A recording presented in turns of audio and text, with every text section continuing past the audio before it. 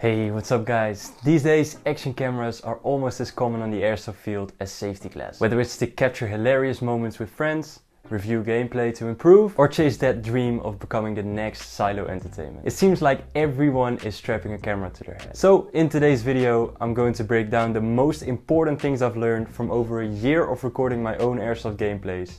And I'll walk you through which cameras are worth your money, the best settings to use, and everything else you need to know before you hit record. Alright, let's get right into it.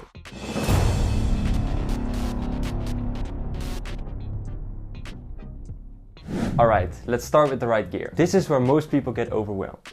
GoPros, Runcams, Insta360s. What should you actually use? If you're looking to record your gameplay, you have really two main types of cameras. A head-mounted POV cam and a zoom or scope cam. Let's start with the head cam. The best option here is a GoPro Hero 9 or newer. These give you high quality videos, excellent stabilization, and a wide field of view that really captures the intensity of your games. If you're on a tighter budget, a GoPro Hero 7 or 8 can still give you decent footage. You don't need the absolute latest camera if you're just getting started. If you have a bit more money to spend, then I would go for the DJI Osmo Action 5 Pro. This is also an amazing option that especially excels in low light environments. This is something I'm currently missing in my own setup and I would love to upgrade to. Now, the second camera you want is of course the scope cam, especially if you play on larger fields with long ranges. On smaller fields I used to zoom in my head cam to capture kills, and although that worked fine, a scope cam should definitely be your second camera. The only real recommendation I can do is the Runcam ScopeCam 2 4K. This is absolutely hands down the best scope cam there is. It mounts directly to your rifle and zooms in so your viewers can actually see where your BBs are going. The third and final camera I'd suggest is to get a selfie cam.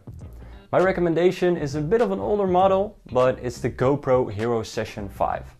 Although it's pretty old now, it serves me really well as a selfie camera and it's nice and compact.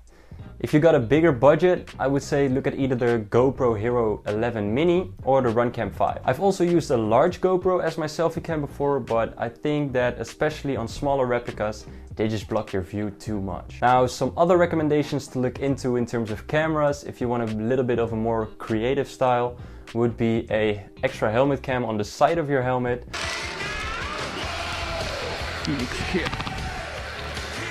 A shoulder cam, or even a chest mount to get that body cam police type feeling. You know? For the shoulder cam, I would recommend getting a 360 camera, just like Silo does, for example, because it just looks a lot better. So you've got your camera, nice.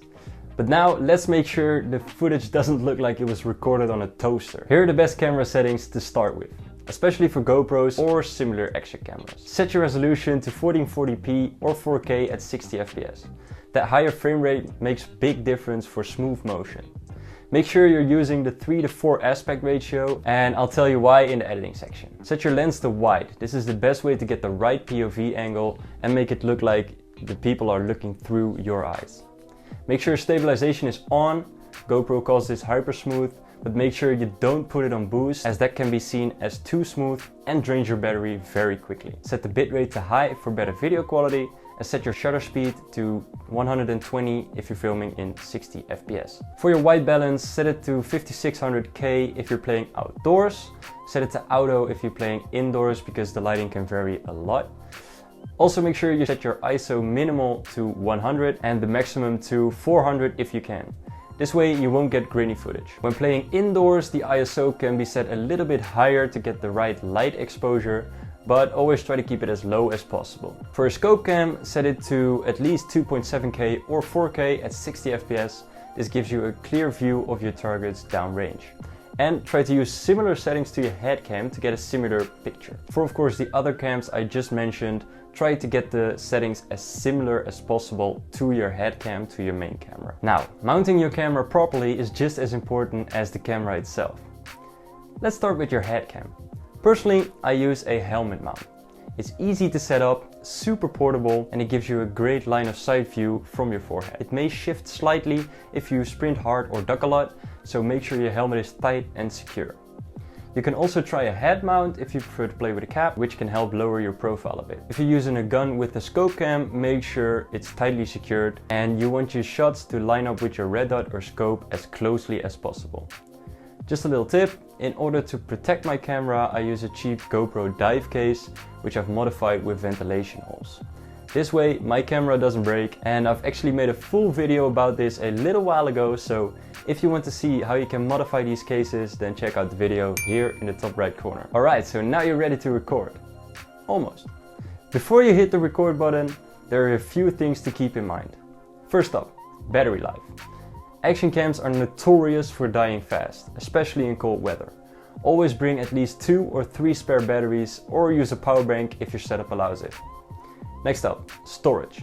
Make sure you use high-speed micro SD cards rated U3 or better, and don't skimp on size. A full day of recording can easily eat up 64 to 128 gigabytes per camera. Make sure to always format your SD card before the session to avoid corruption. And do a quick test recording before each game to make sure everything's working. Nothing is worse than thinking you recorded a sick round only to find out that your camera was turned off. Trust me, I've been there. Alright, you get the shots. Now it's time to make a killer video. Let's talk about editing. If you're just starting out, you can use something like iMovie, Clipchamp, CapCut. There's all kinds of editing software available. If you want more features, but still for free, I would say DaVinci Resolve is an awesome free option. And then of course there's Adobe Premiere Pro or Final Cut Pro for more advanced users who are willing to pay for their software. When editing, cut out your dead space, because nobody wants to watch you walk around for 10 minutes doing nothing, and keep the action tight. Add in hit markers, sound effects, maybe some slow motion, or zoom ins when you get a cool shot. That stuff goes a long way in keeping your video engaging. Also, try some basic color grading to give your footage more contrast and pop. Now, you don't have to go overboard, but just a little bit helps. If you want to see a full editing guide for Airsoft videos, then make sure to let me know down in the comments and maybe I'll make one. Alright, before we wrap up, here are some final tips you'll definitely don't want to forget. Check your lens before every game, because fog and dirt or a thumbprint can ruin your entire video. So make sure to just wipe it off. Also, let people know you're recording. Some fields have rules about this, so it's better to be transparent. Make sure to keep it fun and don't stress too much about perfection. You're documenting awesome moments, not filming a Hollywood movie. So have fun, make sure you have fun. Alright guys, that's it for today. If you've been thinking about recording your Airsoft games, I hope this video gave you everything you need to get started and to do it right. If you find this video helpful, then make sure to drop a like, share it with your squad, and hit that subscribe button for more gameplay, guides and gear reviews. Alright, thanks for watching guys, and I'll see you guys in the next one. Peace!